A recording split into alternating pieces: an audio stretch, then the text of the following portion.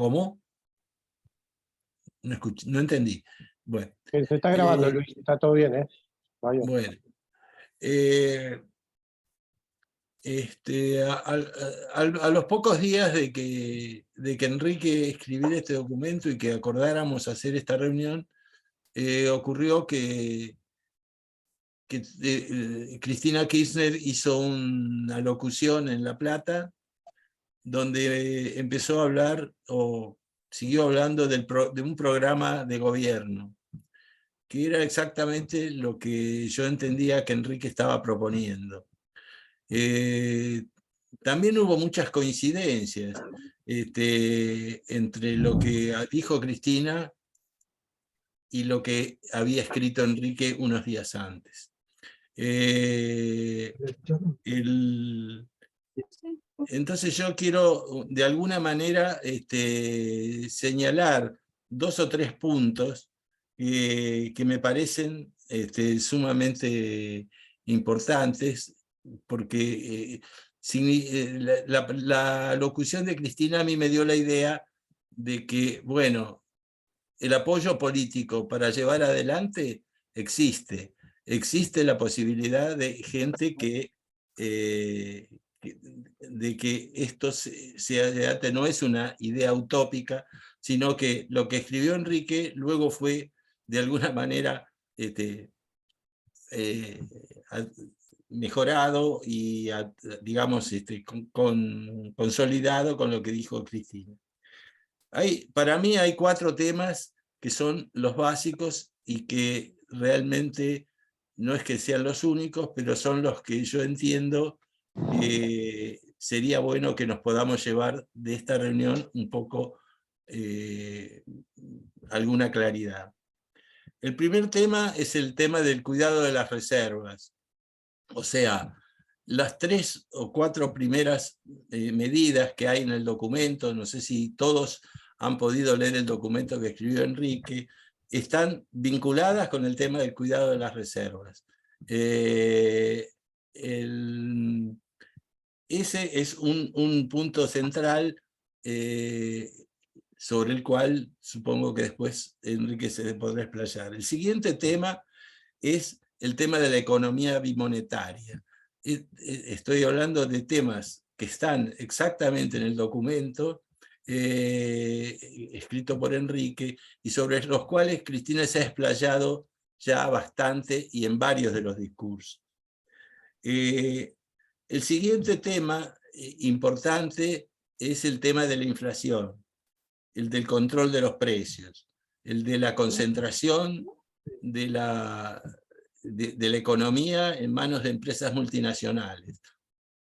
Este para mí es el tercer punto que es fundamental profundizar.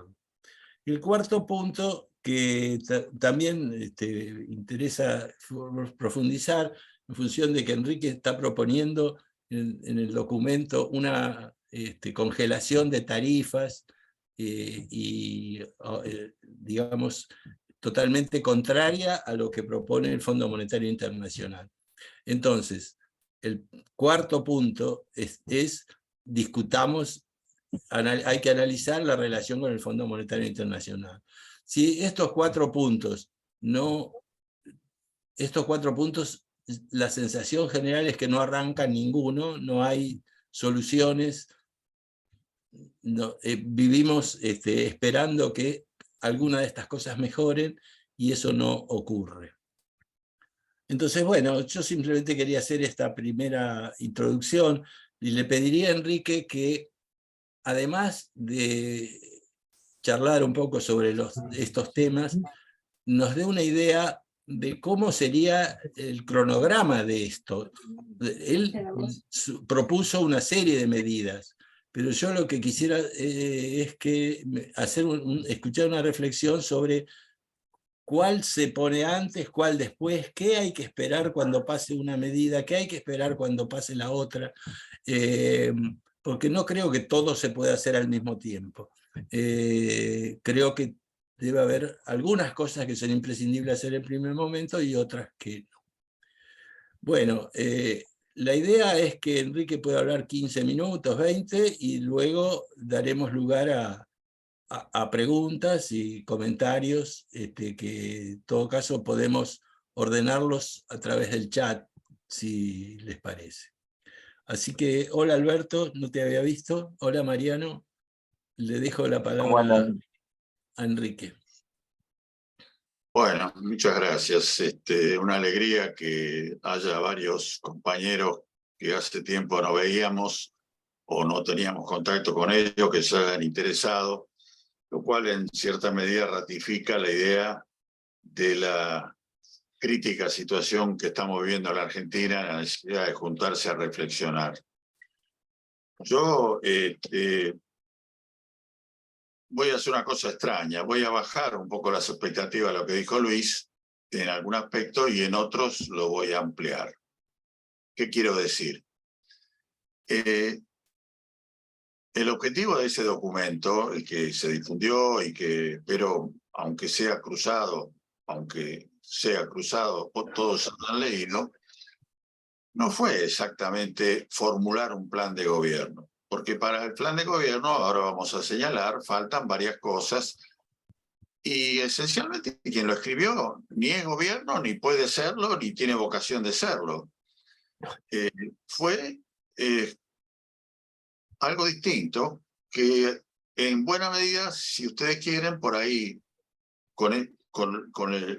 negar un plan de gobierno bajo la dimensión de lo que señala Luis, y con lo que voy a decir ahora lo amplío, porque aspiro a que este documento, este debate y los que puedan seguir, genere un marco de análisis que pueda diseminarse entre la gente pensante, sin contradicciones, sin polémicas estériles, pero que les permita a cada uno ir ampliando esa construcción de lo que debería suceder en la Argentina para salir de esta inmensa crisis, con la posibilidad de tener influencia sobre más y más gente sistemáticamente, en grupos, en individuos, en acciones ejecutivas que cada uno pueda acceder. Lo concreto es que me parece que lo que está faltando en la crisis es capacidad de pensar en el origen de la crisis. Cuando la crisis lleva ya, a mi juicio, con una misma línea causal, 60 años de evolución, y cada vez es más aguda,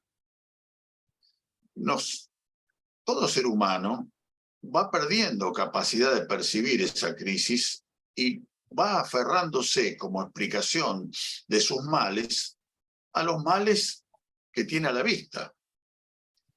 Que si Menem hizo tal cosa, que si el 2001 pasó tal otra, que si Cristina en la segunda gestión se equivocó en tal otra, que vino Macri y se fugó la plata.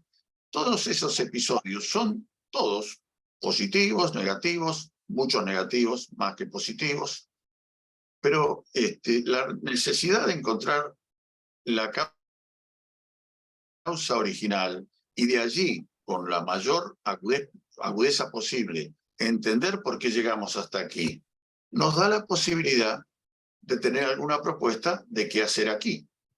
Porque no podemos modificar la causa original ni la forma en que ella evolucionó a lo largo de 50 años, pero sí podemos entender cuál es la relación causa-efecto en este momento y, sobre todo, la causa-efecto que está faltando habitualmente, que es la que recae sobre nosotros mismos, sobre nuestro propio comportamiento. Por eso me pareció importante en el documento incorporar un capítulo especial dedicado a la clase media ahorrista, podríamos decir nosotros.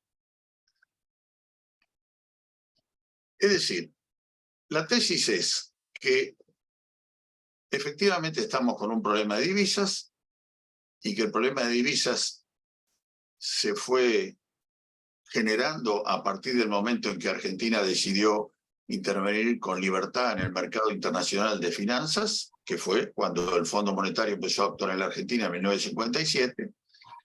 En aquel entonces no pasó demasiado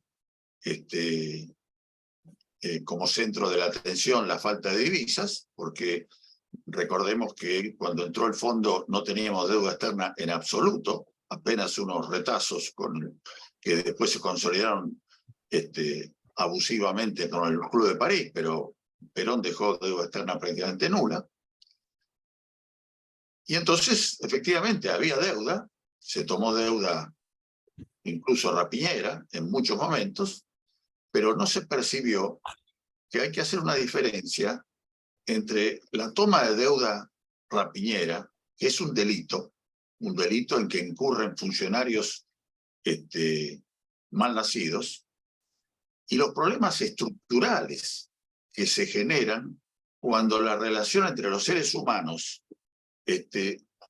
provoca distorsiones como la que se analiza en ese papel y que quiero reiterar, que es que los saldos comerciales de la Argentina, aun si no tuviéramos deuda delictiva, aun si no tuviéramos turistas que se ganan afuera, no alcanzarían para cubrir en este momento los giros de utilidades y regalías y servicios legales y otras cosas, mulas diversas, de las empresas que entraron desde el 58 para acá, dedicándose a abastecer el mercado interno, reemplazando empresas nacionales y generando solamente salida de divisas por importaciones que no eran necesarias y por lo que acabo de decir, utilidades, regalías, etc.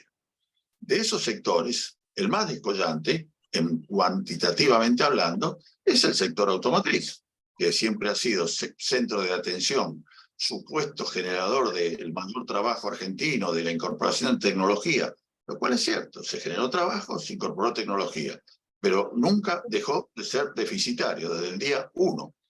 Y en el devenir del capitalismo concentrado, nunca imaginamos llegar desde autos con 95-98% de partes nacionales a un mercado nacional abastecido por un 50% de autos totalmente importados. Y el resto de los autos hechos aquí con una integración nacional de apenas el 25%.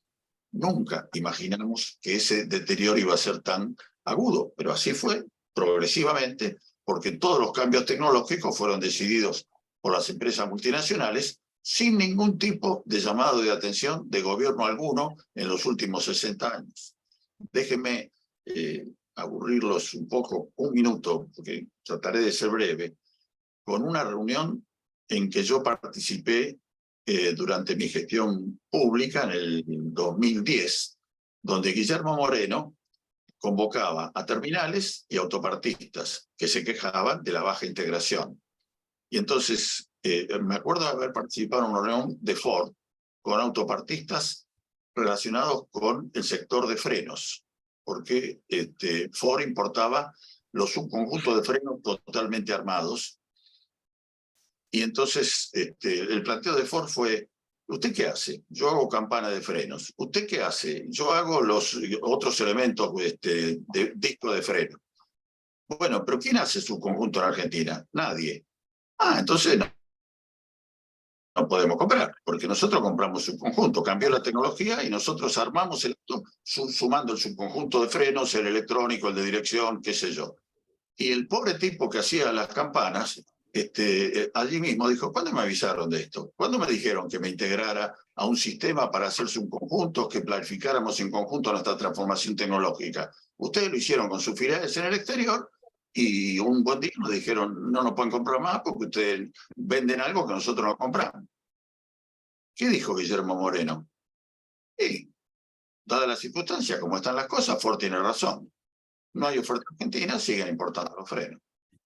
El Estado fue un Estado bobo, observador de las evoluciones tecnológicas de las empresas, y las empresas hicieron lo que absolutamente quisieron. Es decir, con lo cual, el sector de electrónica automotriz, el sector electrónica de entretenimiento, el sector automotriz, fueron los motores de la sangría de divisas que hoy llega la distribución de comida en bicicleta, las cadenas de café con franquicia norteamericana, las casas de comida rápida, los taxis, es decir, a situaciones que por goteo invaden todo el mercado interno y se llevan millones y millones y miles de millones de divisas simplemente porque estamos integrados en un capitalismo concentrado del cual hemos perdido todo control. Bueno, es injusto o es débil, más que injusto. Injusto no tiene nada, es débil. Y por débil es insuficiente la explicación que da Cristina Kirchner de esto, que dice que el bimonetarismo en la Argentina es un hecho cultural. Cultural es comer fideo con tuco cuando uno es hijo de italiano, eso es cultural. Pero lo bimonetario, en un país que durante el gobierno de Perón permitió que el presidente dijera aquella famosa frase en la plaza, ¿quién ha visto un dólar? Y efectivamente ninguno de nosotros familiarmente ni tenía dólares, ni soñaba por tenerlo, ni importaba un pito tener dólares. De golpe, en una década comenzó a acumular dólares como refugio de valor al advertir que la inestabilidad económica tenía una referencia que era la falta de dólares, que faltaban todo el tiempo dólares, y entonces quien tenía dólares tenía algo escaso. Y quien tiene algo escaso tiene algo bueno. Esa es la raíz del bimonetarismo, no un hecho cultural o genético o que se aprendió en los potreros jugando al fútbol. Es fruto de una modificación estructural de la economía argentina a la cual, si se la quiere eliminar, hay que reformular la estructura. ¿Cómo se reformula la estructura? Ahí tenemos una propuesta nuestra. Encarar un conjunto de acciones sobre las empresas extranjeras y otro conjunto de acciones social y políticamente mucho más complejo sobre los ahorristas argentinos, que hoy, paradójicamente, no creo que haya país en el mundo que tenga esta circunstancia, tienen un país con las reservas del Banco Central vacías y en las cajas de seguridad debe haber más que lo que le debemos al Fondo Monetario Internacional. En las cajas de seguridad de los bancos argentinos, solamente. Sin que eso genere ninguna riqueza, más que la tranquilidad de los dueños de que, bueno, en cualquier mala van a poder usarlo. Y probablemente esos dueños, para peor, nunca les llega la mala, porque forman parte del sector de arriba que, de alguna u otra manera, aún con inflación galopante como la nuestra, se la rebuscan. Entonces, convencer a sectores de la clase media de que hay instrumentos para ahorro nacional que sirven como seguro contra la inflación, esencialmente, sería fácil con un gobierno con poder y con claridad sobre los orígenes y la importancia de cambiar la modalidad de los argentinos de este momento. Lamentablemente, nuestro gobierno demuestra todo el tiempo que tiene muy bajo poder. La perspectiva hacia adelante no es que esté buscando por ganar poder a lo, llamémosle, a lo Néstor Kirchner, que con 22% de votos fue al frente y decidió un conjunto de cosas, mínimamente sin pensar si tenía o no el 51% y si tenía o no control de la Cámara de Diputados, y lo pudo hacer. Y la necesidad de comprometer no solo al gobierno, sino a sectores importantes en la sociedad, como los bancos y las grandes empresas con raíces en la Argentina, que unas cuantas hay, empezando por las empresas en que el Estado tenga participación, para que sean la base de referencia para que un ciudadano pueda tener una cédula hipotecaria o una acción de YPF o un bono, un título de ahorro indexado con la devaluación o con la inflación o con lo que quiera el ahorrista, y que tenga la tranquilidad de que ese papel le da el mismo el reaseguro que el dólar, y además le va a dar una ganancia porque cobra un interés por él. Ese cambio no es un cambio meramente de interés para los financistas, es un cambio detrás del cual está el sentido de la nación. Si nosotros tenemos la gente con los dólares y el Estado sin los dólares, no tenemos país. Y entonces, del documento que yo publiqué, la mayoría de los comentarios negativos o dudosos inmediatos que hubo de la gente es, bueno, lo de los dólares va a ser imposible. Incluso hubo un comentario en Facebook muy simpático que dijo, sí, lo de los dólares es importante, pero los dólares del pasado son históricos, no afectan la situación actual. Eso lo estaba diciendo una persona que tenía 3.000, 4.000 dólares guardados, seguro. Porque a cada uno de nosotros nos llega la sensación, bueno, hagámoslo, pero con mis dólares mejor no te metas, digamos, ¿no? Y en ese caso, francamente, no hay salida. Bueno, eso es parte de lo que quiero discutir, porque además, en ningún momento el documento, ni mi propuesta, ni lo que diga de ahora en más, implica que le tenemos que sacar nada a nadie compulsivamente. El documento dice con fuerza que cuando se instale un sistema de ahorro nacional garantizado, debería considerarse ilegítimo el dólar negro y todo lo asociado a la tenencia y comercio por fuera del sistema del dólar. Eso parece fuerte, pero es solo cuando esté consolidado lo anterior. En realidad, tiene que desaparecer el dólar como refugio de valor. Para eso, tiene que pasar tiempo, fuerza, convicción, para que gane presencia, enorme presencia, los mecanismos de protección del ahorro en manos de los particulares de la Argentina. Si esos mecanismos no existen, la salida que se propone de lo bimonetario tampoco existe. Entonces, resumiendo, lo crucial de lo que estoy diciendo es que es necesario tener un diagnóstico claro de lo que sucedió desde que Argentina entró en el mercado mundial de las finanzas. Y eso sucedió exactamente en el año 57 y le siguió a eso el plan de estabilización de Frondizi, que fue la primera macro devaluación buscando el ingreso de capitales internacionales para comprar empresas nacionales. Frondizi devaluó el 29 de diciembre de 1958 100% la moneda, con lo cual en el año siguiente, en el año 59, hubo numerosas empresas que cambiaron de dueño por simplemente que les resultó conveniente vender su tornería o su fábrica de heladera o lo que fuera. Así empezó. Y luego se acompañó de medidas complementarias, pero que son complementarias, no son el núcleo de la cuestión. Era importante desarmar el sistema ferroviario para favorecer el sistema automotriz, y el plan LAR que se instaló en el 59 fue en esa dirección, y así sucesivamente. Ahora, si nosotros vemos esa realidad, no hay explicaciones que tengan que ver con la sequía, ni siquiera con la pandemia, mucho menos con la guerra de Ucrania. Las explicaciones son de otra naturaleza y las soluciones son de otra naturaleza. Ahí es donde yo creo que tenemos la principal debilidad. Por eso digo que esto no es un plan de gobierno. Un plan de gobierno es algo que uno podría entregarle. Uno dice, bueno, yo estoy viejo, no quiero participar. Bueno, dámoselo a quien lo va a aplicar. ¿Y quién lo va a aplicar? Hay que conseguir quien lo quiera aplicar.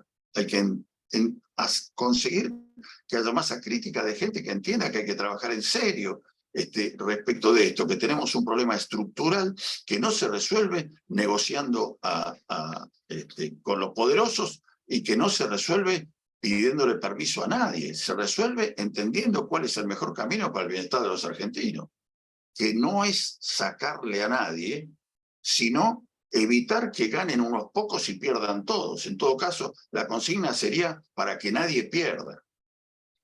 Para que nadie pierda, tenemos que hacer en buena medida las cosas que dicen en el documento y con esto abro al intercambio, un capítulo que está faltando, que es muy importante, que lo podría escribir, pero no quise ser demasiado larguero, que es la política agropecuaria. La política agropecuaria está ausente del documento como propuesta, porque se habla de los espacios a desarrollar por sustitución de importaciones, los espacios para desarrollar expandiendo los recursos naturales no explotados y la producción social. Esos son los 3 niveles de cosas que se proponen al final del documento. Y el cuarto debería ser una reformulación plena de la política agropecuaria, donde, para meterme aquí en esta reunión, quisiera agregar que yo, la verdad, creo que el tema de las retenciones ha transitado ya 50 años, porque las retenciones se aplicaban livianamente antes de Krieger-Bacena, pero el primero que aplicó retenciones importantes fue Krieger-Bacena en 1967, y ya está suficientemente desgastado el sistema de retenciones para que todo el mundo meta la mula con las retenciones.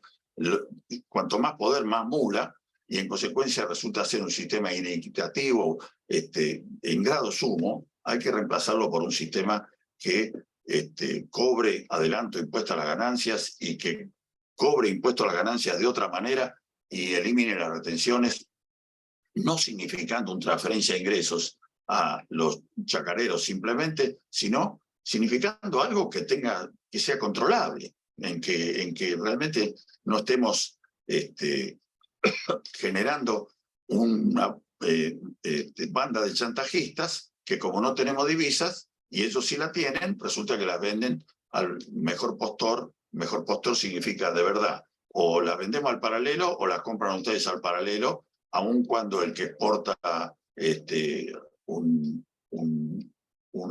bien metalúrgico esté cobrando la mitad de los dólares, la mitad de los pesos por los dólares que exporta.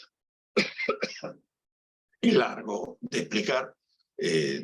No quisiera, digamos, no quisiera parecer como improvisado o chanta en esta reunión, que ya bastante lo soy, dedicándole 2 minutos a hablar de política agropecuaria. Simplemente digo, falta la política agropecuaria. Si se agrega la política agropecuaria, tendríamos un panorama razonablemente completo, para dar satisfacción a una inquietud razonable que planteó Luis, con una lógica que empiece por parar la inflación, que a continuación a continuación significa a continuación, inmediatamente, parar la inflación, y demostrando el poder de parar la inflación, encarar el tema de generar recursos de ahorro válidos para la clase media en pesos, y generar sistemas que eliminen la pérdida de divisas por los subterfugios que han implementado las empresas multinacionales que operan en la Argentina. Eso como mínimo, más allá de los programas productivos que tienen otra dimensión y otro desarrollo en el tiempo. Pero en términos inmediatos, hasta este gobierno, yo creo que esos 3 planos lo podría atacar y mostrarlos como parte de una misma dimensión económica. No sé si... Enrique, en todo caso, dejamos que alguien quiera comentar esto o hacer alguna pregunta vinculada a toda esta parte. Después hay, por supuesto, otros temas para seguir, pero no sé, quiero dejar abierto el debate o las preguntas. Parece que hay que usar el chat para anotarse, Luis, porque somos demasiados. Con levantar la mano no es suficiente, porque hay 2 pantallas. Debería pero en el chat nadie preguntó nada. En todo caso, pero podrían decir que quieren hablar. Eso bueno, si alguien lo dice en el chat, bien. No lo veo el chat bien acá. Y bueno, No aparece en mi computadora abajo el chat. tenés que apretar el botón que dice chat, y Germán escribió algo sobre el cordón portuario de Santa Fe, por ejemplo. Espera, mientras tanto que todo el mundo encuentre el chat y pueda hablar, yo te propondría, Enrique, si no tenés ganas de que sigamos con el tema inflación. O sea, sé que vos propugnás algunas medidas drásticas a tomar ahora, y creo que ese es un punto que nos aflige sobremanera, y quizá es estructural, pero también es algo que nos aprieta el zapato ahora, y que también va a tener mucha influencia en el momento de que la gente vote. Entonces, hago un pequeño comentario, y Juan Garófalo ya pidió la palabra. El tema de la inflación por un lado tenemos un instrumento que no se utiliza, que es la ley de abastecimiento. Fue muy doloroso escuchar por televisión a una persona que respeto como el ministro de Producción de la provincia de Buenos Aires el otro día decir que disponemos de la ley de abastecimiento, pero que cada vez que se quiere aplicar, la oposición se queja y los medios nos critican. La verdad que no es un argumento para no aplicar la ley de abastecimiento. Es bastante obvio que la oposición se va a quejar y los medios la van a criticar. Pero la ley es una ley realmente muy buena, muy sabia, muy prudente, que podría ser aplicada por etapas, incluso podría ser aplicada en algunas provincias antes que el Poder Ejecutivo Nacional lo aplique como carácter experimental, porque justamente es tan sabia que dice que si el Poder Ejecutivo Nacional no la aplica, las provincias la pueden aplicar al referéndum de cuando el Poder Ejecutivo Nacional intervenga. O sea que uno podría decidir políticamente que Santa Fe y Buenos Aires lo aplican y a ver qué pasa. Y estoy seguro que pasarían cosas interesantes. ¿Haciendo qué? Definiendo que las empresas líderes son las que realmente están tomando el liderazgo de motorizar la inflación en el privado, y que por lo tanto no hay que controlar los hipermercados, sino hay que controlar las empresas a la salida de la empresa. Es decir, si se quiere controlar la inflación en alimentos. Y no todos los productos de todas las empresas. Hay que tomar 20, 25, 30 empresas y controlar los productos dominantes de esas empresas. Mi perspectiva es que han llegado el alto nivel de inflación y llegado la evolución que han tenido los precios, lícitamente congelando los precios de esos productos por 3 a 4 meses. Acompañado, no es con eso suficiente, acompañado de una decisión por la que el Estado Nacional deje de fogonear la inflación. El Estado está empujando la inflación, acompañando con la tasa de devaluación el ritmo inflacionario, acompañando con la tasa de interés bancaria el ritmo inflacionario, aumentando las tarifas de luz, gas y combustibles de la misma manera, e incluso insólitamente con una decisión como la de ayer, en que autoriza a las empresas de cable y de internet, a las cuales realmente debería haber mandado en cana, porque enjuague con la Corte Suprema para hacer una cautelar que impidió que fuera de servicio público, autorizándoles un aumento de 4,5% por mes de acá hasta fin de año.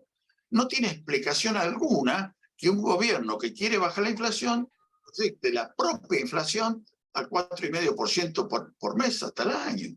Entonces, si el gobierno se baja de esa política, que es una política, a mi juicio, recomendada por el Fondo Monetario, y tiene que bajarse y decirle al Fondo Monetario que lo vamos a hacer así, que cobre de otra manera, que se deje de joder. Hay que hacer un planteo bien confrontativo con el Fondo Monetario, confrontativo con calidad técnica, no confrontativo con agresividad política, que ya pasó. La agresividad política se pudo aplicar contra el fondo cuando el fondo firmó con Macri un convenio que no pasó ni siquiera por el Congreso. Si el gobierno al principio de su gestión hubiera cuestionado eso, está bien, pero ya lo avaló. Lo que ahora tiene que modificar y pasar a criticar frontalmente es la política del fondo para resolver nuestro problema, que pasa por cosas tan groseras como exigirnos la eliminación del superávit fiscal, cuando en el mundo todos los países tienen déficit fiscal, exigirnos que tengamos superávit fiscal cuando todos los países tienen déficit fiscal,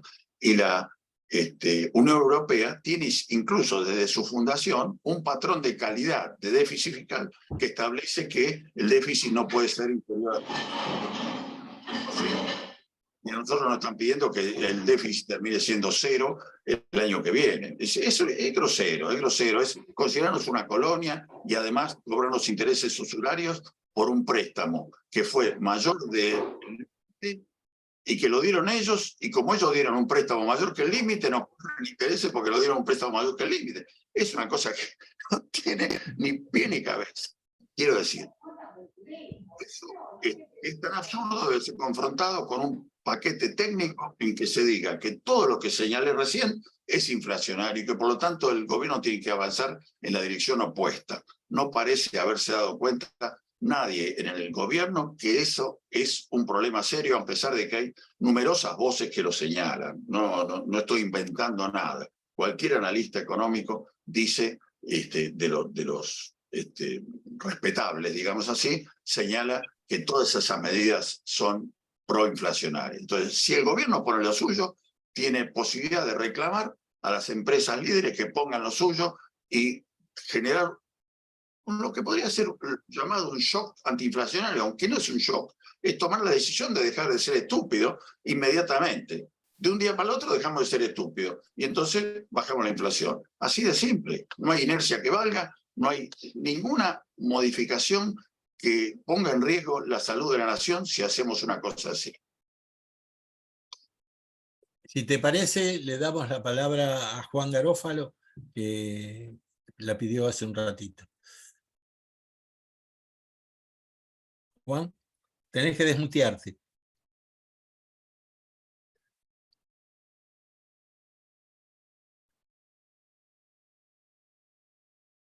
Juan, tenés que habilitar el micrófono.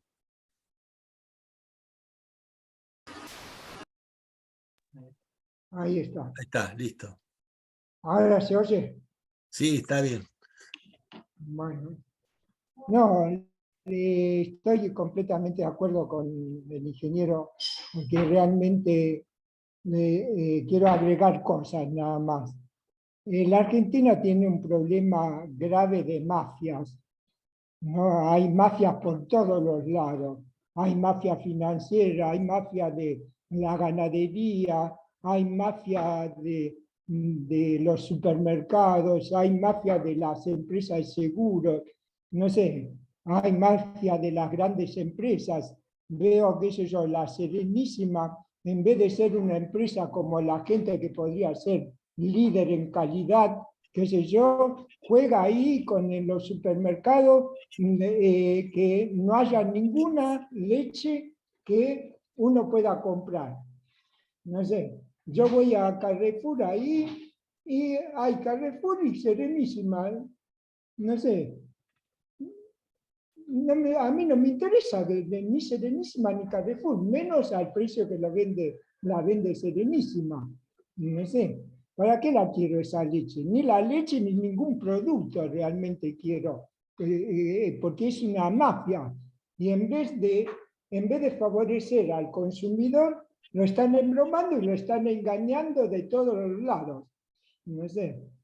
Entonces, nosotros necesitamos un líder que realmente no sepa poner a las mafias en su lugar. De si no ponemos las mafias en su lugar, nunca vamos a ningún lado. Acá pasaron cosas requete embromadas. ¿Qué sé yo? No sé, andábamos bastante bien hasta fin de año, qué sé yo, con la inflación más o menos parecía que podía estar controlada. No sé, vienen los ganaderos y aumentan la carne al doble. Y al aumentar la carne al doble, aumentan todos los productos. ¿Por qué la carne tiene que aumentar y yo no? Yo también quiero aumentar. No sé. No sé. ¿Me perdonás, Juan? Sí. Juan, yo sugiero usar cada intervención para Bueno, enriquecer a todos. bueno, estudié varias cosas. Escúchame, 4 cosas. Quiero decir sobre eso, 4 cosas. Escúchame, Juan, sobre eso, Sí. sobre ese tema, de luego te seguimos escuchando. Yo quisiera que todos vayamos incorporando a nuestro análisis algo que es muy difícil, insisto, cuando estamos en una crisis tan revulsiva, tan complicada. Efectivamente, es inmediato pensar que los ganadores en este momento son gente que nos quiere embromar. Yo creo que es un mal razonamiento eso. Yo creo que los ganadores son gente que nos puede embromar, que tienen más poder que los más débiles y por lo tanto en la crisis pueden salvarse o incluso tomar beneficio. Pero no creo que ese sea el origen del problema. Cuando el problema es decir, yo tengo una imagen que utilizo habitualmente, que es la del campo de concentración, que es dura. Dentro del campo de concentración, como en aquella famosa película de La vida es bella, italiana, bueno, dentro del campo de concentración se genera un orden especial, donde algunos ganan porque son, bueno, tienen el favor de los carceleros, qué sé yo, consiguen que la gente les dé algún beneficio adicional, y además tienen la capacidad de administrar la resignación del resto. Y en un momento dado, la gente vive allí, no digo olvidándose, pero sí como si el campo no existiera.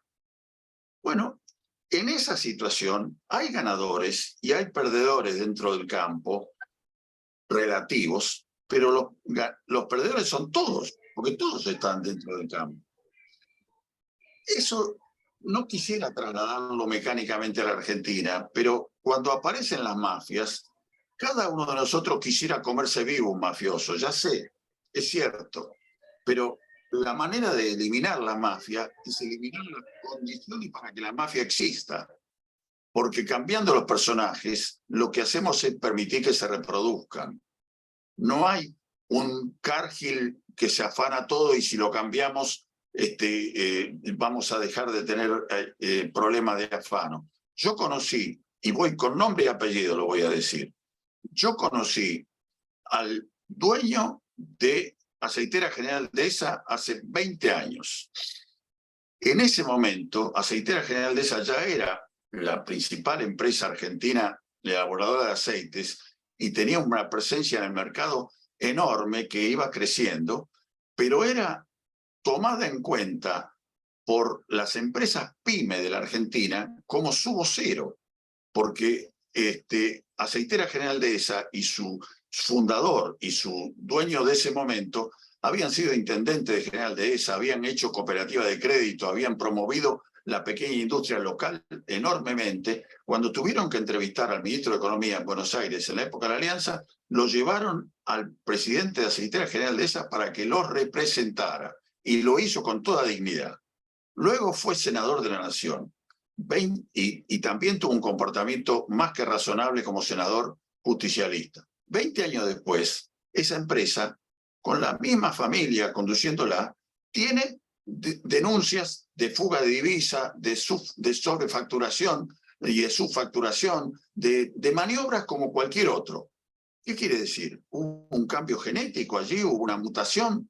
Simplemente hay una falta de perspectiva nacional que se va incrementando, se va haciendo cada vez más aguda, que hasta aquellos que pudieran haber sido potenciales líderes de un crecimiento capitalista normal, se convierten en gente que se sube a los botes del Titanic, como dije alguna vez, con toda la valija, con las mascotas y dejando afuera a los pobres que se pueden ahogar. Entendámoslo así. Eso no quiere decir que hay que darle la gracia a la gente que nos perjudica, pero lo que hay que hacer es eliminar la estructura que lo define, porque si no estamos dando vueltas permanentemente cambiando figuritas. Hasta ahí, perdón.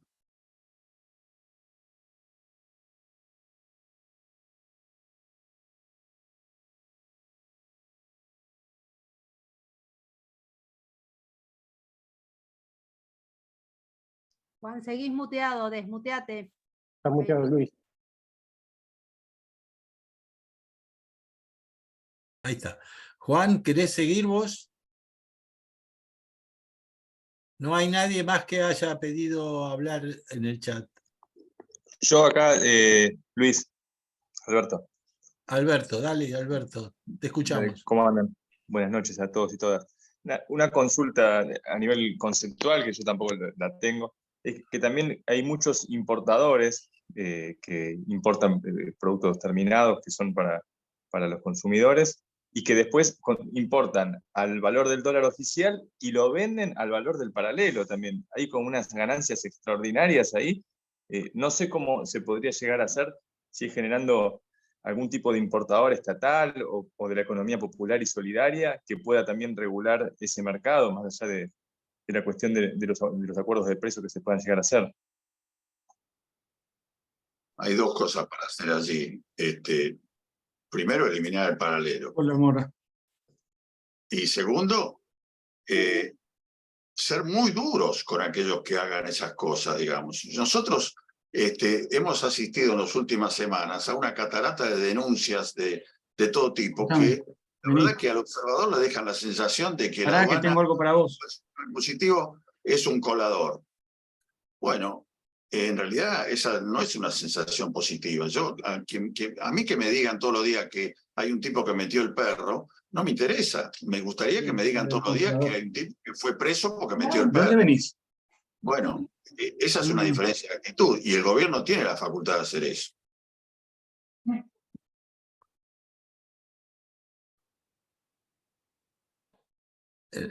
Enrique, yo quiero hacerte una pregunta. En relación a lo que vos proponés de congelamiento de precios, entiendo que hay que actuar sobre una cierta cantidad de empresas, etc. Digamos, la sensación generalizada es que ni bien vos propongas el congelamiento de precios, va a producirse un desabastecimiento importante. Porque esas empresas no van a querer hacerlo, porque ¿cómo reflexionás vos? ¿Qué lugar podría tener la economía popular? Yo siempre pensé que el crecimiento de la economía popular podía ser una herramienta para evitar casualmente esto, como una herramienta que tuviera el gobierno para decir, bueno, ustedes no pueden abastecer, nosotros tenemos otros que lo abastezcan.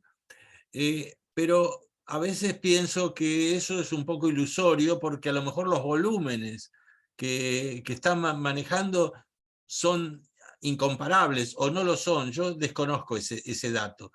¿Qué reflexión tenés vos al respecto? ¿Y te parece que esto es algo viable o estamos en un punto de la economía popular todavía muy incipiente?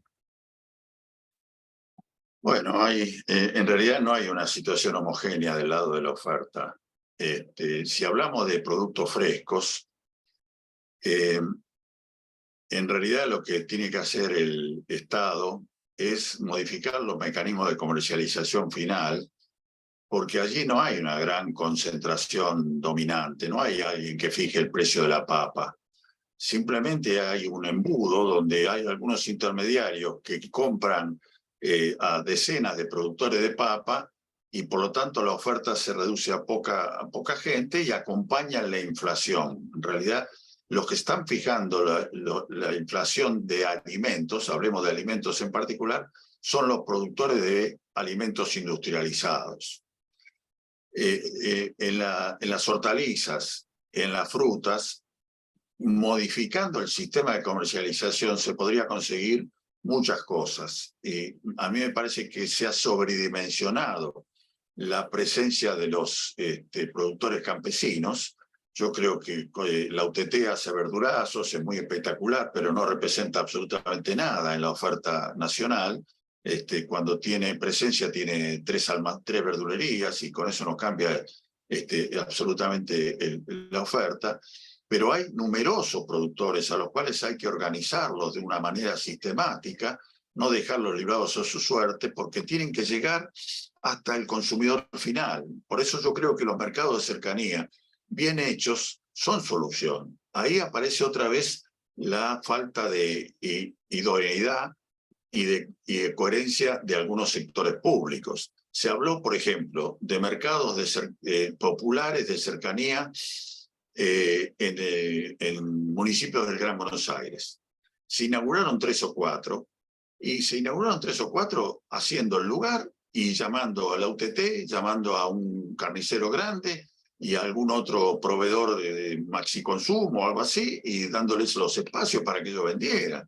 No se organizó la cadena plena del productor al consumidor. Los productores de hortalizas que están trabajando en tierras alquiladas en el Gran Buenos Aires o en el Gran Santa Fe o en todo el país, siguen tan jodidos como siempre y nunca alguien les ha armado la cadena para llegar al consumidor.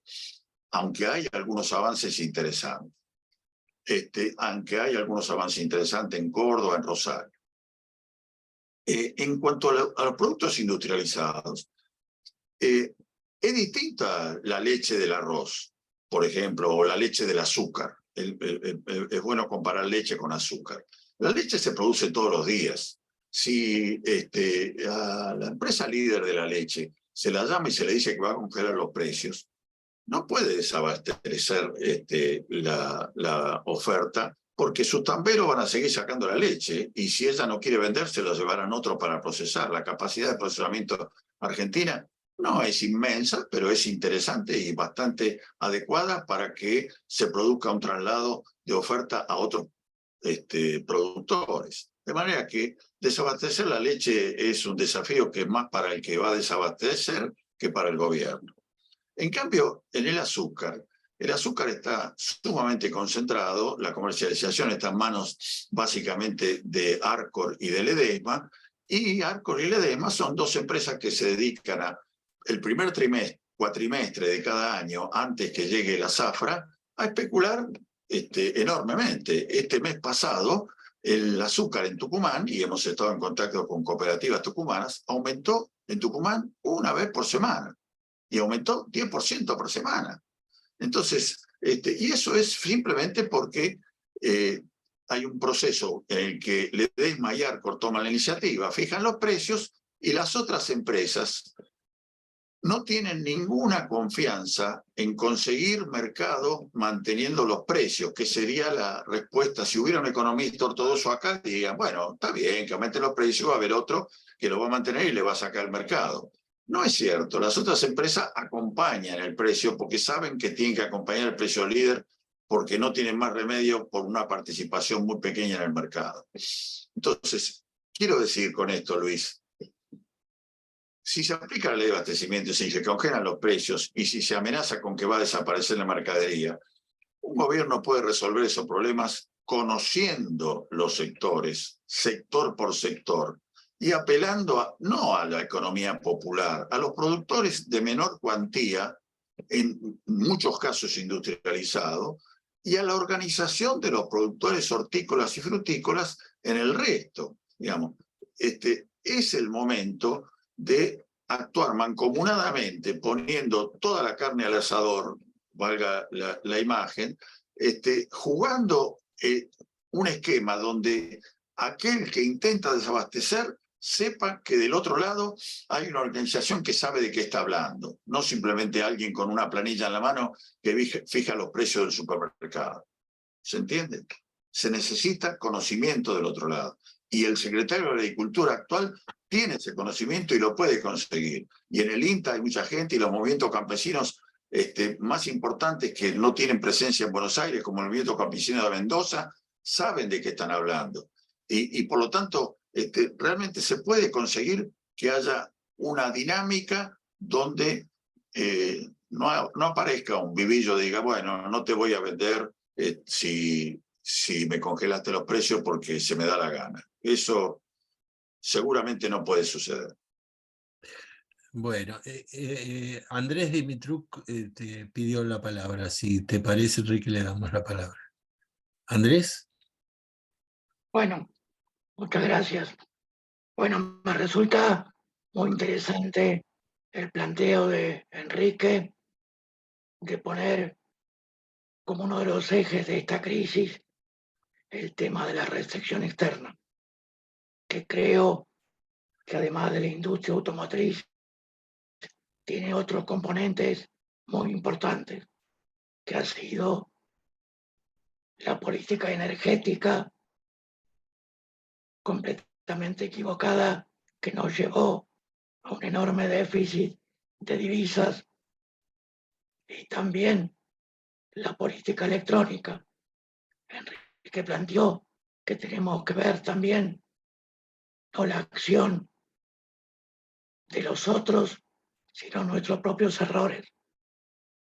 Por ejemplo, en la industria automotriz, porque estamos pendientes recién desde que en junio tengamos el gasoducto construido. Sí, estamos gobernando de hace 4 años.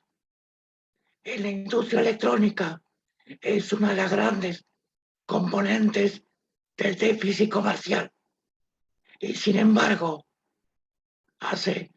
el año pasado hemos prorrogado el régimen de Tierra del Fuego, que tome enormes beneficios por 15 años, sin imponer obligaciones que compensen una parte importante del déficit comercial que tienen. Creo que en el tema energético, plantear el congelamiento de las tarifas lisa y llanamente parece que es una equivocación. Hay un sector que puede pagar la tarifa plena si se establece cuál es la tarifa plena. Ese sector está pagando por cablevisión, por internet, por telefonía celular, más de 10.000 pesos. ¿Cómo no puede pagar la tarifa de gas y de luz? Creo que en el tema de la electrónica está bien, no se puede cambiar ahora o resulta muy dificultoso el cambio de régimen de Tierra del Fuego. Pero se puede hacer un concurso que las empresas que tengan esos beneficios compensen mediante tareas de diseño u otras actividades en el campo de la electrónica dirigidas al mercado mundial para que compensen el déficit que tienen en la fábrica, en el ensamble de equipos electrónicos. Coincido con Enrique que tener claridad en cuál es uno de los componentes del tema estructural de la crisis del sistema estructural argentino puede ayudar o va a ayudar a la efectiva movilización del tema argentino, y en lo que se pueda. Estoy dispuesto a colaborar en ese tema. Gracias. Perdón. Sí, Enrique. Un pequeño comentario sobre lo que acaba de decir Andrés.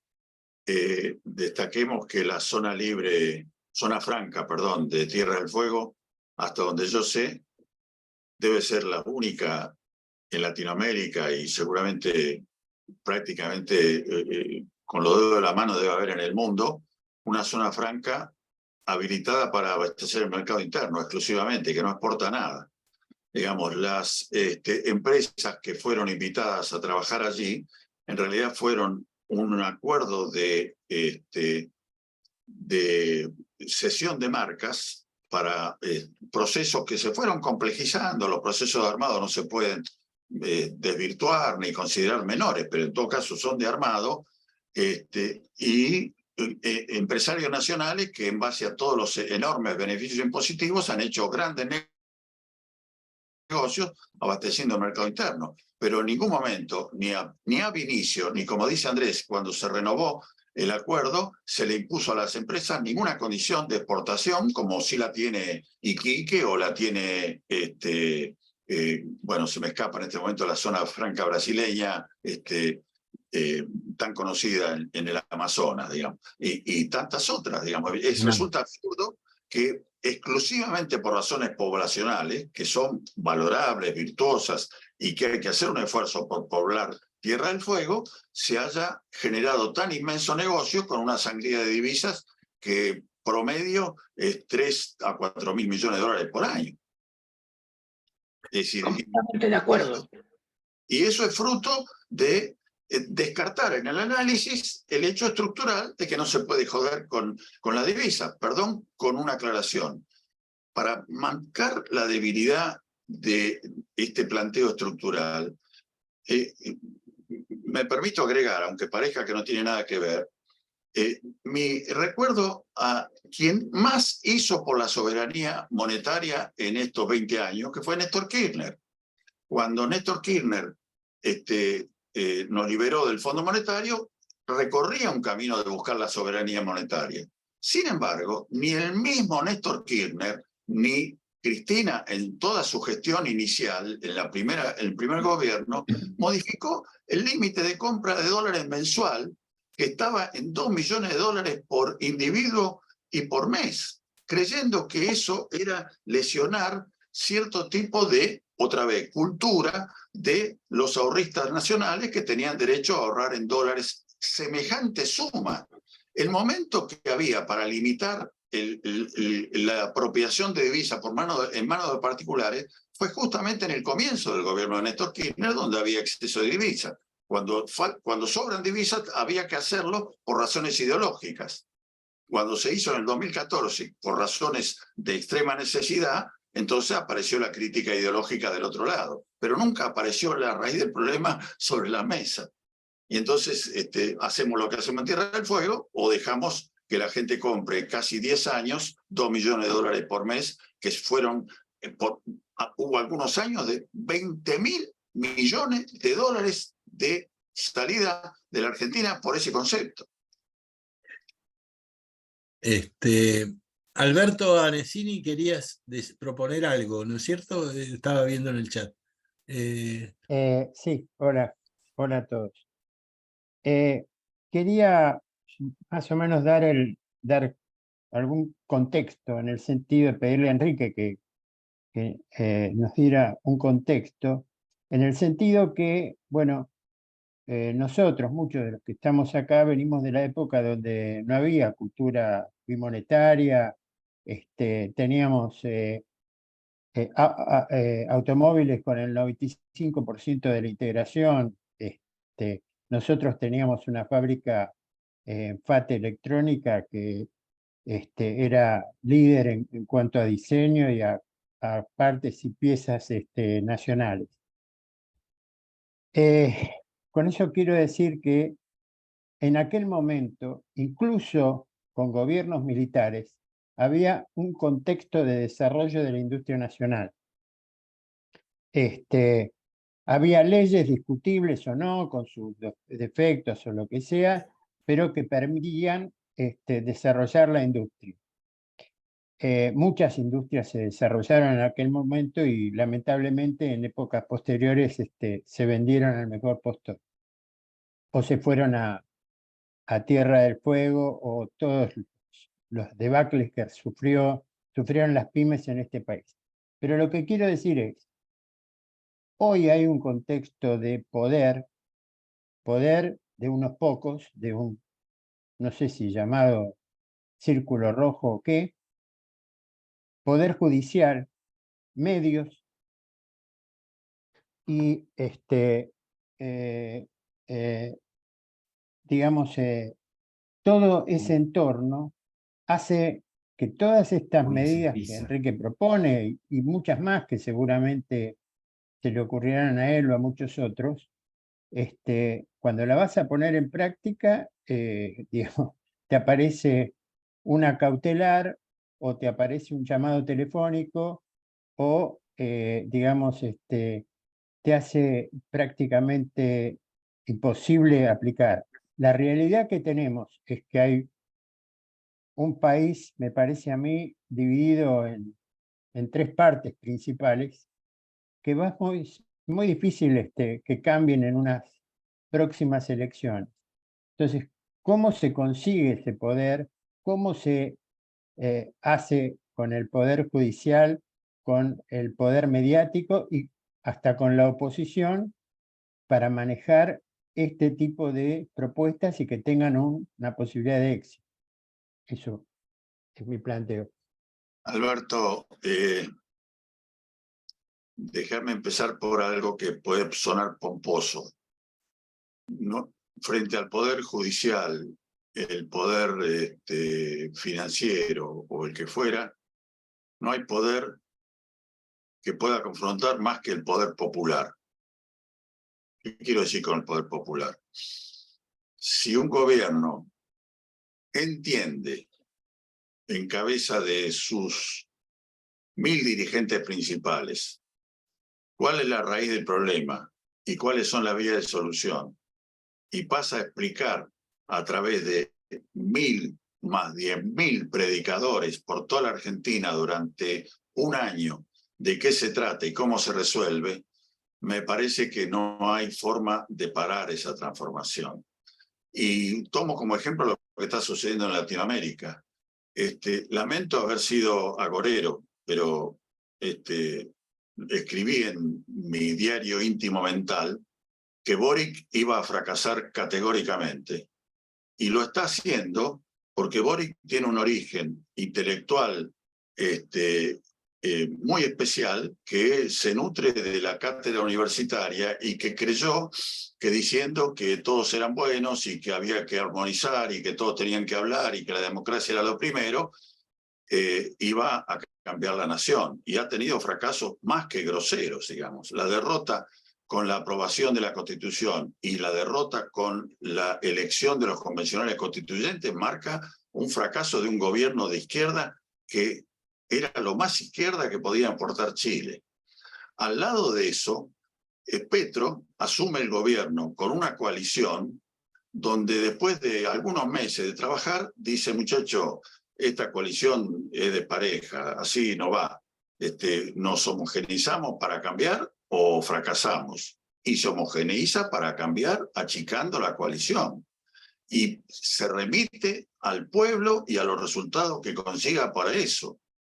Me parece que acá no se trata de batallas armadas, sino batallas intelectuales, que la única manera de ganarlas es consiguiendo que buena parte de la clase media progresista intelectual reconozca el liderazgo auténtico de una dirigencia política. Y en este momento, en la Argentina, no solo Alberto Fernández no es considerado un líder, aunque haya podido tener un momento inicial de entusiasmo con la gente, algunos meses, sino que, y lo digo con todo dolor, sino que Cristina no puede encaramarse como líder, porque no tiene una propuesta, porque juega al secreto, mejor que plantea temas intelectuales, pero los plantea puntualmente y en términos confrontativos. Cristina no ha planteado nunca, ni durante su gobierno, ni ahora, un plan de gobierno, y cuando rescata los méritos de su gobierno, rescata algún puñado de cosas, las AFJP, la nacionalización de aerolíneas, la nacionalización de la mayoría del IPF, poca cosa más, porque lamentablemente con una gestión con vocación popular, el gobierno del Frente para la Victoria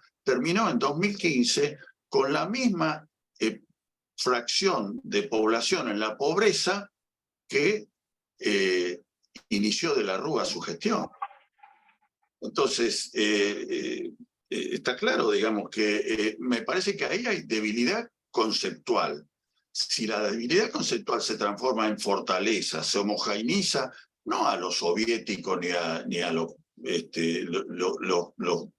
grandes movimientos de izquierda, se homogeneiza un pensamiento nacional a lo Scalabrini, digamos, que todo el mundo sepa por qué estamos como estamos y a dónde tenemos que ir.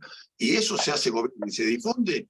Ahí no se pierden más elecciones, ni Patricia Bullrich puede salir o Milei a seguir diciendo por ahí. Nosotros tenemos un presidente de la Corte Suprema, que es un catedrático, un hombre que ha estudiado Derecho toda su vida y que llegó allí por mecanismos más o menos tortuosos, pero en todo caso tiene un currículum y un pasado importante. Se da luz ayer a la mañana de decir que la inflación es consecuencia de la emisión monetaria, cuando a las 2 horas un diario no un economista de la Academia de Ciencias Económicas, le explica al presidente de la Corte Suprema que la emisión monetaria el año pasado creció por debajo de la inflación y en consecuencia mal puede haber sido la causa de la inflación, simplemente acompañó a la inflación porque cuando hay inflación hay que emitir, porque aumenta el circulante, pero por debajo de la inflación. O sea, la inflación tuvo como motor no los aumentos salariales, no los aumentos de emisión para el Estado, sino la iniciativa de los formadores de precios que salen de la crisis con el poder que tienen para tomar la delantera respecto de los otros componentes del costo. Bueno, eso hay que explicárselo al presidente de la Corte Suprema. Eso indica la debilidad intelectual de nuestra clase dirigente, digamos. Es el grado paupérrimo que nos estamos desempeñando.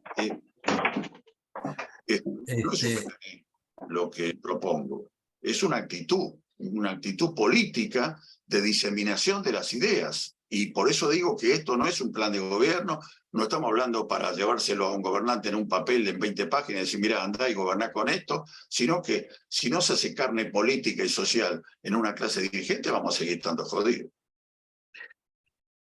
Enrique, Juan Moro quiere hablar, ya escribió algo en el chat, pero además quiere hablar y tiene que ver con esto que estamos hablando en este momento. Así que, Juan, si te parece... Luis Moro. Tomá la palabra vos. No te veo, pero debes estar por algún lado.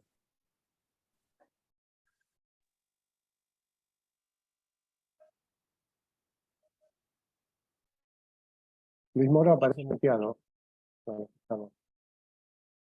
Ahí está Luis Moro. Estás muteado, ahora estás bien. Perdón.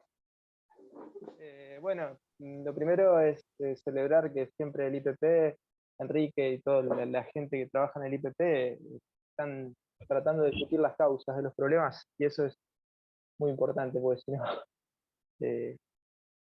estamos perdiendo tiempo, ¿no? Y bueno, escuchando siempre propuestas y leyendo las propuestas que hace el IPP y Enrique con este documento, la verdad que son muy interesantes, pero uno se pregunta, y ahora surgió en esto último que dijo Enrique, la cuestión política, ¿no? Ya sabemos que bueno, como se explicó acá, o en parte se explicó, Argentina su círculo virtuoso y su proyecto de nación. Recordemos que la última etapa de Argentina virtuosa es 1964-1974, cualquier economista lo explica bien, se cuadriplicaron las exportaciones argentinas en ese periodo, había pleno empleo vía industria y al haber empleo industrial, bueno, de alguna manera había una armonía, ¿no? Y me parece que estamos en un momento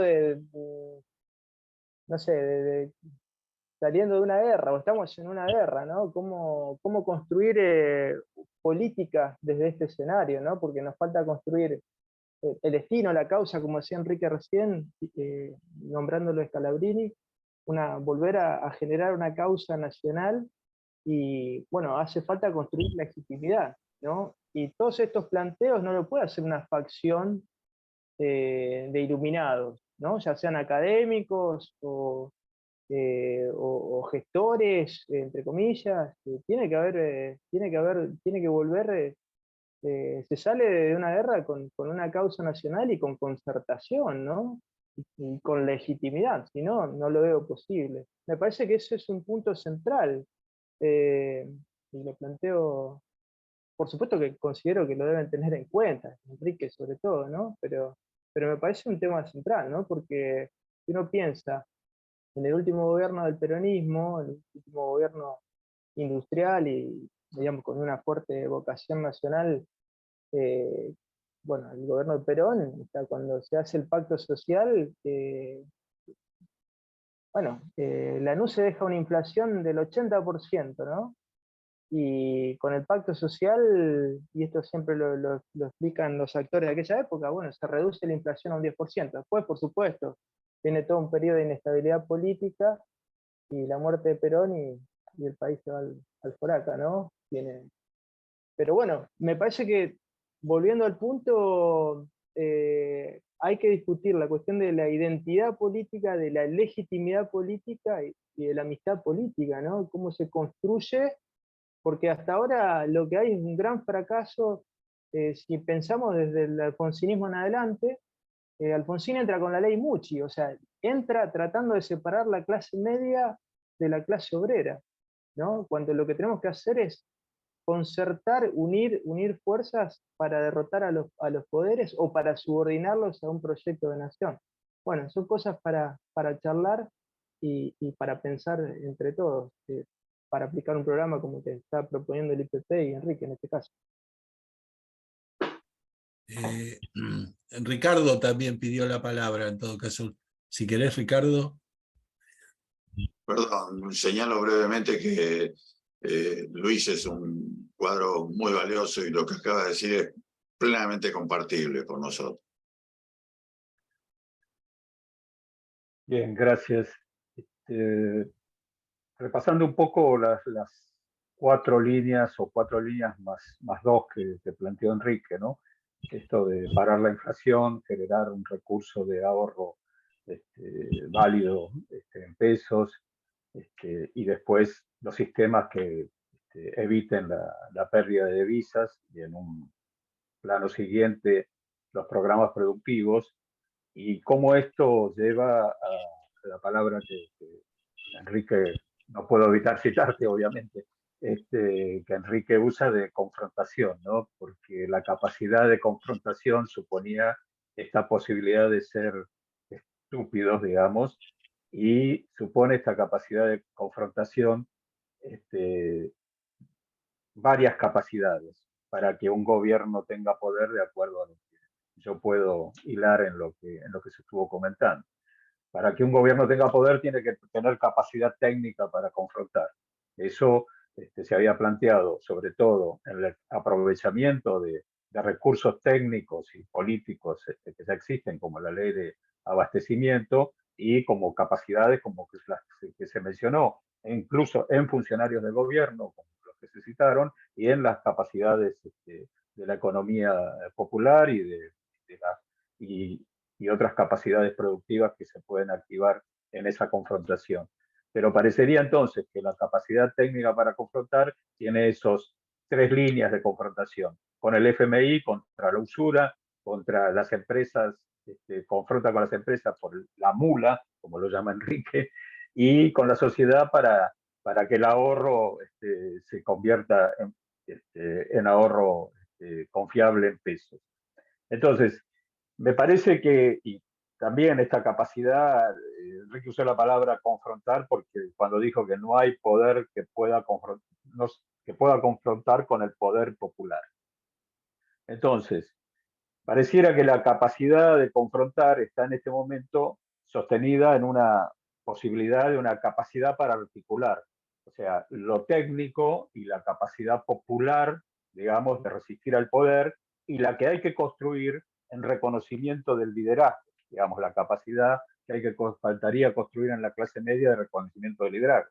Estamos débiles de liderazgos, eso lo sabemos, no solo en la Argentina, sino por las noticias que tenemos de otros lugares, de situaciones, contextos que conocemos poco, pero esas noticias llegan, que los liderazgos están en un retroceso y no hace falta analizar mucho porque todos conocemos cómo opera el modelo capitalista en la reducción de esos liderazgos. El punto clave está en que en la política nuestra, un punto que para mí hay que superar es el de liderazgo y conducción. Es un modelo que fue muy útil, digamos, en aquella Argentina donde hubo liderazgo y conducción, y hasta los gobiernos kirchneristas, donde funcionó como lo demostró, como lo explicó, o como lo explicaron varios participantes y también Enrique. Entonces, parecería que el programa político que necesitamos es de articulación para el liderazgo, una articulación que no solo confíe, sino que construya ese liderazgo y que sea un proceso conjunto de confianza y construcción del liderazgo. Y entonces encontrar eso que le va a dar poder al gobierno, la capacidad técnica, que es la que está faltando, insisto, me encantó lo de dejar de ser estúpidos, esa capacidad técnica que necesitamos para dejar de ser estúpidos y esta capacidad del poder popular y el que falta construir para homogeneizar en la clase media, para lo que se dijo, homogeneizar ese pensamiento nacional, pero hacerlo de manera potente, en confrontación, no en ideas que circulan, sino en confrontación. Darle poder, ese plan de gobierno, en definitiva, y gracias por los aportes que hubo durante la reunión, es la construcción de un gobierno con poder, con capacidad técnica de confrontación y aprovechando la capacidad de confrontación popular y la que hay que construir en esa homogeneización del pensamiento nacional en la clase media.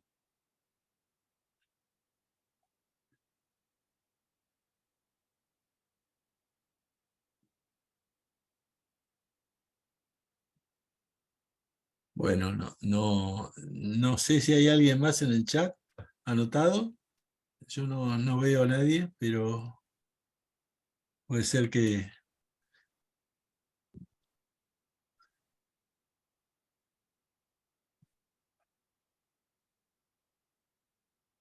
Un pequeño, ya que he hablado todo el tiempo, un pequeño agregado, seguramente no me ganará el odio de los compañeros. Lo que acaba de decir Ricardo, seguramente con otras palabras o con más o menos elocuencia, seguramente lo puede repetir como síntesis, como magnífica síntesis, buena parte de los participantes de esta reunión. El punto crítico, que siempre ha sido problema para el IPP, es que nosotros tomamos iniciativas a partir de la, ¿cómo diría?, de la mezcla de originalidad y osadía, y luego se hace muy difícil multiplicar esa iniciativa porque aparece el problema de la articulación desde el llano, ¿no? Nosotros no tenemos una institución de envergadura que nos respalde. Obviamente no somos funcionarios públicos de ni un ámbito de capacitación, ni de formación, ni de discusión, que existen por ahí con títulos, pero que son inoperantes en este momento de la Argentina. Y el desafío que le traslado a los compañeros es que reflexionemos juntos a partir de esto, que para la historia del IPP, que ya tiene varios años pechando y que creo que estamos ya como en el 9º año de trabajo, esta reunión es un salto de calidad, no motivada por nosotros, sino motivada por la crisis, que la crisis llega a un nivel de profundidad tal que ya no es cuestión de decir, bueno, votemos a fulano, que la verdad que nos va a sacar un poco, qué sé yo. Casi la mayoría de los compañeros que están en circunstancias como la nuestra están dejando de creer en que hay salida, están dejando de creer en la posibilidad de una Argentina que en el 2023 no tenga, 2023, ¿no? 24. No, 24, no tenga la derecha en el gobierno. Y además yo creo ciertamente que hay una posibilidad fuerte de que el Frente de Todos gane las elecciones, así sea con andador. Lo que no sé es qué va a hacer después que gane las elecciones, tampoco me queda claro. Por supuesto sería un enorme alivio para todos nosotros que gane las elecciones el Frente, porque de un modo u otro, aunque sea parcialmente, nos representa, pero es casi seguro que llegará en base a lo que se llama acumulación de poder y la pelea por la unidad y esa exhortación insólita de Sergio Massa de los últimos 2 días, que hacer un PASO es un riesgo muy grande porque no podemos exhibir nuestras diferencias. Nunca escuché una pelotudez de esa envergadura en un hombre presidenciable en la Argentina, digamos. Me parece de una impudicia en la pelea por el poder que me sorprende. Y es probable que en pocos meses más terminemos votando a ese hombre. Y entonces la pregunta es, ¿cómo articulamos esto para que con gobierno de derecha, Dios no lo quiera, o con gobierno del campo popular, estas discusiones tengan alguna carnadura, tengan la posibilidad de poner sobre blanco y negro, no como fogón, ni como simplemente lugar de gestación de ideas. Yo no quiero ser carta abierta. Quiero ser un lugar donde se marque caminos concretos para ir adelante en la Argentina. Lo dejo como planteo porque no quisiera que esto pase a una segunda reunión donde seamos la mitad y una tercera donde seamos la cuarta parte y volvamos a concluir que no tenemos capacidad de multiplicar las iniciativas y las inquietudes, ¿no? La virtud del papel que se difundió es que tiene propuestas. Después aparecen compañeros que dicen, bueno, ¿y esto cómo lo van a fundamentar políticamente? Y tienen razón. Bueno, ¿y dónde está el...? Y bueno, está bien, estas preguntas son sanas y más preguntas. Y le falta lo agropecuario, y le falta, qué sé yo, tantas cosas le falta. Le falta lo educativo. ¿Qué vamos a hacer con la educación? ¿Qué vamos a hacer con la salud? Sí, le falta todo eso. Podemos agregar eso o profundizar lo que ya está y marcar caminos, aunque sea parciales, para que sea referencia de salida en que un gobierno no cometa el mismo error de Néstor Kirchner de 2003. Si Néstor Kirchner hubiera tenido la lucidez necesaria para decir en ese momento, mire, no podemos que cada uno compre 2 millones de dólares por mes, sino que como estamos jodidos porque alguna vez esto se transfirió casi totalmente al exterior y somos una colonia disimulada, en lugar de 2 millones de dólares por mes van a poder comprar 2.000. Ya, hoy, 2003. Y explicarlo por qué, en largas reuniones y por cadena nacional, y hoy tendríamos un país distinto. Por eso, por lo menos ayudar a que ese tipo de errores no se cometa, o si se siguen cometiendo, alguien quede claro que se está equivocando. Y no que es simplemente cuestión de una sequía que la vamos a resolver pidiéndole 10.000 millones de dólares al Fondo Monetario, que es claramente pedir una cuerda para ir tirando detrás del barco, ni siquiera para subir al barco. Bueno, esa es mi reflexión final, pseudo exhortación.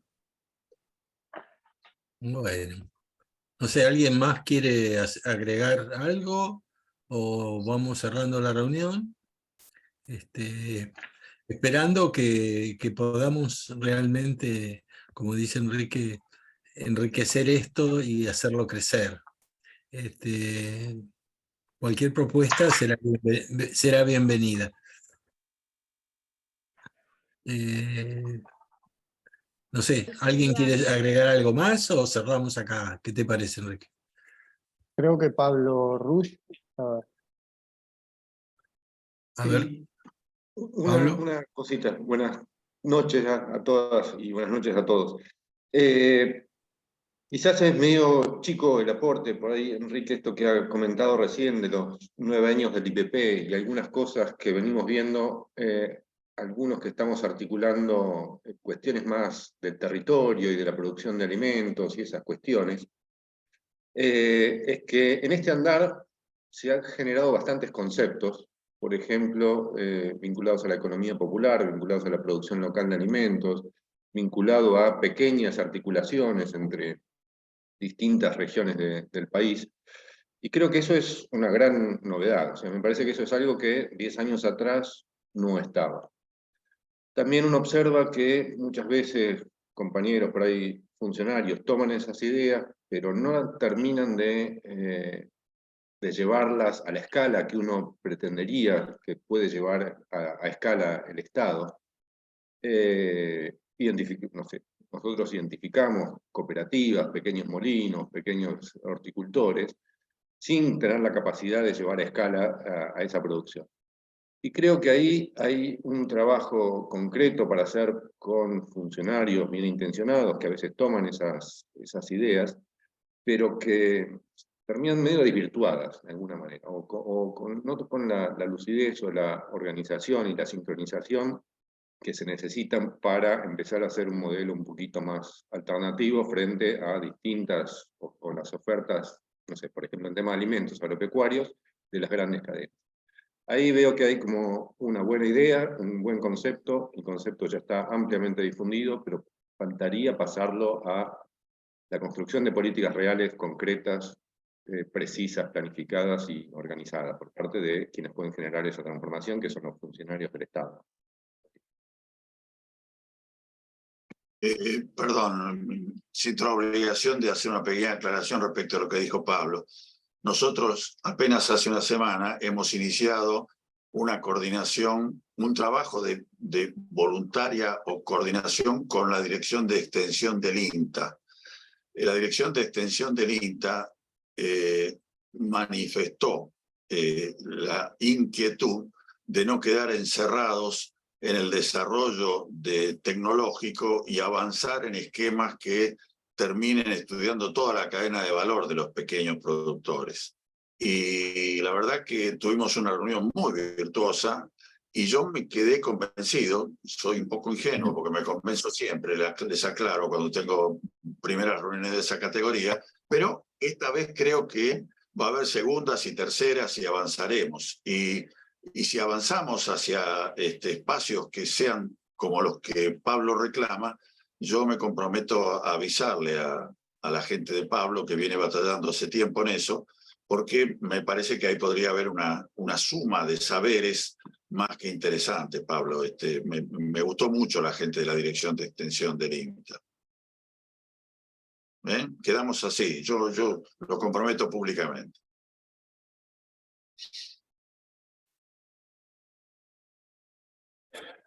Bueno, me parece que ha sido más que ilustrativa toda esta reunión.